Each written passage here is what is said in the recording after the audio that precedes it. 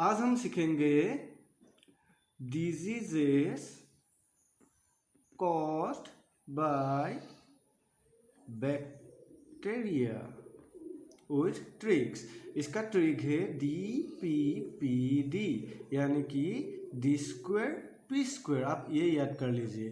तो क्या होता है, डी से होता है friends diphtheria,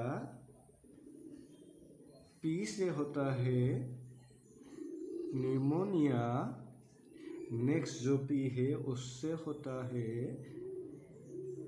plague, and D से होता है फ्रेंड्स डिसेंट्री। तो कैसा लगा ट्रिक कमेंट करके बताइएगा।